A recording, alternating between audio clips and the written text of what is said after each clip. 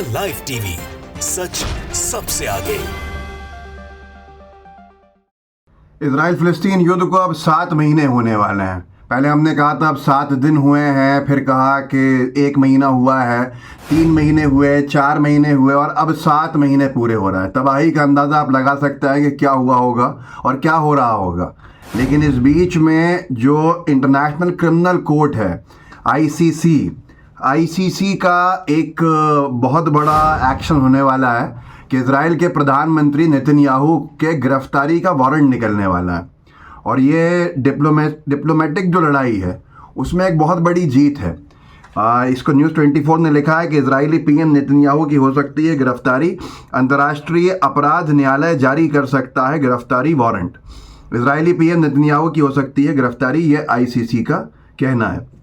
अब यहाँ पर विषय सबसे बड़ा यह है कि नेतन्याहू को गिरफ्तार किया जाएगा वॉर क्राइम्स में या नहीं किया जाएगा, आने वाले वक्त में पता चल जाएगा। लेकिन आईसीसी के इंटरनेशनल क्रिमिनल कोर्ट की तैयारी पूरी है नेतन्याहू के खिलाफ गिरफ्तारी का वारंट निकालने की, क्योंकि वॉर क्राइम्स की सारी सीमाएं लांघ दी हैं। कल भी राफा बॉर्डर पे जो टेंट लगा के रेफ्यूजीज रुके हुए हैं उन पे बॉम्बार्डमेंट करने का कृत्य इजराइल की सेना ने किया और न जाने कितनों की जान ले ली। ये जितनी भी युद्ध संधियां हैं, जो वॉर ट्रीटीज़ हैं, जो वॉर क्राइम्स की को नोटिफाई किया है, उन सब में जितनी चीज़ें आती हैं ये सब इजराइल कर रहा है उल्लंघन करने का।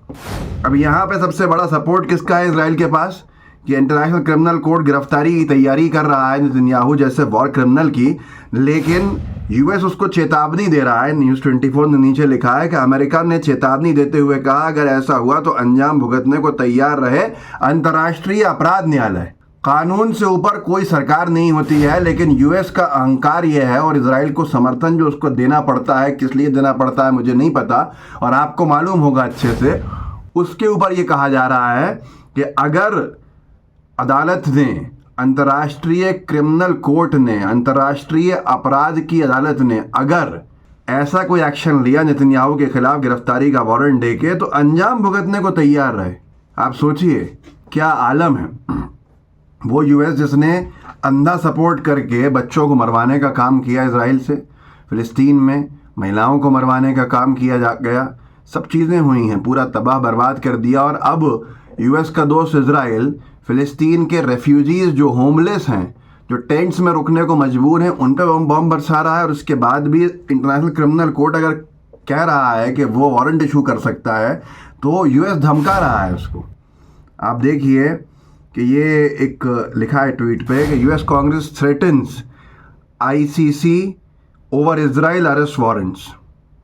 किस हद तक इजराइल के लिए यूएस जाने को तैयार खड़ा है, ये अरब देशों को सोचना चाहिए कि वो एक अरब देश के लिए जा नहीं पा रहे हैं, कि उसके सारे वॉर क्राइम्स के बावजूद भी यूएस हर इंतहा पार करने को तैयार है।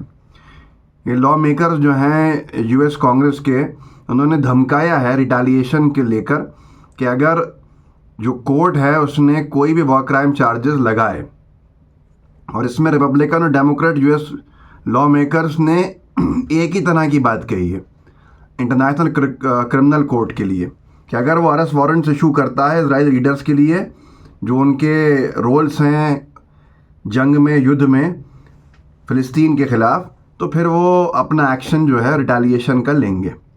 तो आप खुद सोच लीजिए कि क्या इंतहा है।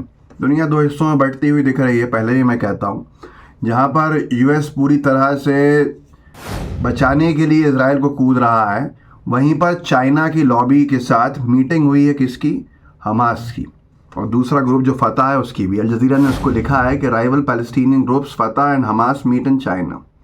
दोनों बीजिंग में मिले हैं, जो दोनों पॉलिटिकल पार्टीज़ हैं, पॉलिटिकल एंटिटीज़ हैं, और चाइना ने इनको मिलवाने का काम किया है। तो ये कहीं ना कहीं कुछ ना कुछ खिचड़ी तो पक रही है। अब क्या उसके ऊपर आएंगे बयान चाइना और रशिया के, ये बहुत इंपॉर्टेंट हो जाएगा। जैसे इजराइल के समर्थन में बयान देने में देरी नहीं की है किसने, यूएस ने।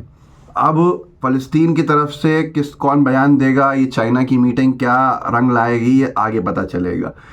यूरोपियन यूनियन के टॉप डिप्लोमेट का ये बयान है, टाइम्स ऑफ इजराइल ने छापा है कि कम से कम 5 देश इस मई के महीने में फ़िलिस्तीन देश को, फ़लस्तीनियन स्टेट को अपना रिकॉग्निशन देने की तैयारी कर रहे हैं।